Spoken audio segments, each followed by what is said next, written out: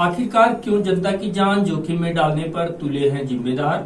विश्वव्यापी इस महामारी से बचाव के लिए लगभग 1.5 माह के लॉकडाउन के बाद आखिर क्यों फिर से बनी बनाई व्यवस्था पर पानी फेरने का काम किया जा रहा है, जो जनता के लिए मुसीबत का सबब बनने वाला है। पहले तो शासन प्रशासन द्वारा लॉकडाउन कर लोगों को जो जहां है वहीं रहने की व्यवस्था बनाई गई। उसके बाद अब बाहर फंसे प्रवासियों को उनके गंतव्य तक पहुंचाने की दिशा में सरकार द्वारा प्रयास किए जा रहे हैं, जिसमें प्रशासनिक लापरवाही इतनी है कि आने वाले समय में यह महामारी और विकराल रूप धारण करती हुई दिखाई दे रही है। और अब तक के सभी प्रयास पूरी तरह से नाकाम होते दिख रहे हैं। अगर जिम्मेदारों का यही हाल रहा तो वो दिन दूर नहीं जब संक्रमण पूरी तरह से हावी हो जाएगा, जिसके बाद इस पर काबू पाना भी मुश्किल होगा। आखिरकार शासन प्रशासन क्यों लोगों की जिंदगी को संकट में डालने की दिशा में कोई कोर कसर नहीं छोड़ रहा है? यह एक अहम सवाल है। इस मुद्दे को जनहित में ध्यान रखते हुए लगातार रीवा दर्शन प्रमुखता से जनता व प्रशासन के सामने रख रहा है। बावजूद इसके प्रशासनिक तंत्र पूरी तरह से गहरी निद्रा में है, जिसका खामियाजा आम जनमानस को ही भुगतना पड़ेगा। बाहर से आ रही प्रवासियों की भीड़ को नियंत्रण कर पाना अब प्रशासन के बूते की बात नहीं रह गया।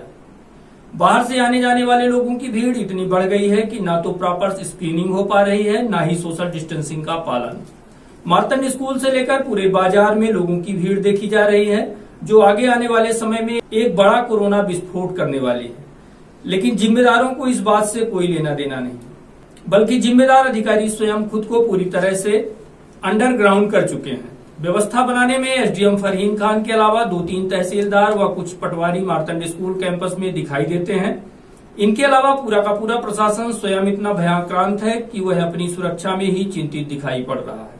इन दिनों ज्यादातर कार्यालय खाली देखे जा रहे हैं, या तो फिर अधिकारी अंदर से दरवाजा बंद कर बैठे हैं। ऐसे में जनता की सुरक्षा का सिर्फ भगवान ही मालिक है। आप देख सकते हैं कि बाहर फंसे प्रवासियों को लाने ले जाने में ना तो सोशल डिस्टेंसिंग का पालन हो रहा है, ना ही शासन के गाइडलाइन का पालन। भीड़ में एक साथ बैठे हजारों लोग कितनी बड़ी मुसीबत खड़ी कर सकते हैं, इसका भान किसी को नहीं। इधर बसों में पूरी तरह से ठूस ठूस कर लोगों को उनके घरों तक पहुंचाने का काम किया जा रहा है। नहीं, हम पर चालक। क्या नाम है आपका? पुष्पेंद्र सिंह। ये बस में आप लोग सवारियों को लेके जा रहे हैं जो बाहर से प्रवासी आए हैं। हाँ। कितने लोगों को लेके जाते हैं बस में? हो गया 50 ज़्यादा से ज़्यादा। कितने सीट की गाड़ी है? 50 सीट। 50 धन दो और 50 सीट लेके जाते हैं। वो तो यहाँ के अधिकारियों का काम है, हम लोग तो कर नहीं सकते, न तो लड़ाई कर सकते। हनुमना मऊगन देवतलाव छठखरी। बस में कितने यात्री हैं? बस में 50 यात्री। सबका मेडिकल चेकअप हो गया?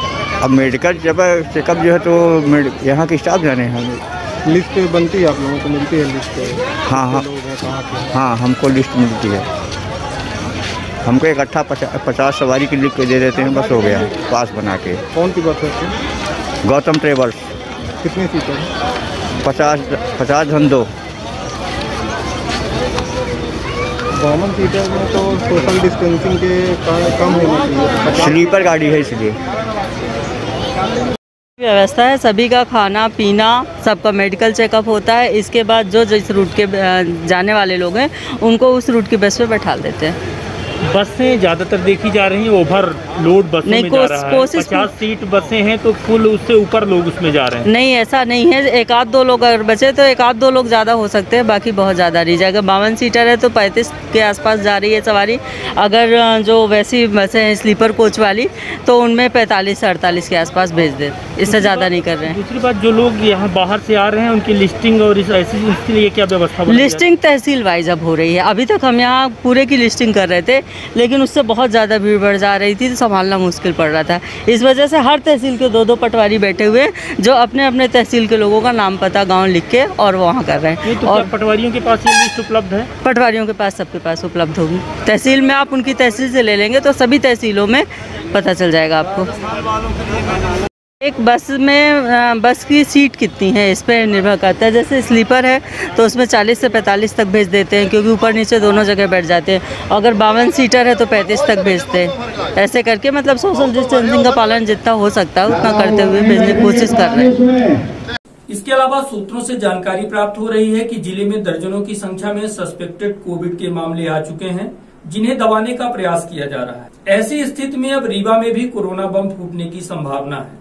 उससे यहाँ के लोगों को बड़ा खतरा है, इस बात से इनकार नहीं किया जा सकता। बाहर से आए लोगों की व्यवस्था बनाने में अक्षम साबित हो रहे प्रशासनिक अमले की लापरवाही ही है जो लोगों को मुसीबत में डालने कोई कोर कसर नहीं छोड़ रही। ऐसा माना जा रहा है कि अगर सभी बाहर से आने जाने वाले लोगों को रोककर नियमतः उनकी व्यवस्था बनाई जाए तो खाना तो दूर, प्रशासन पानी तक नहीं पिला पाएगा।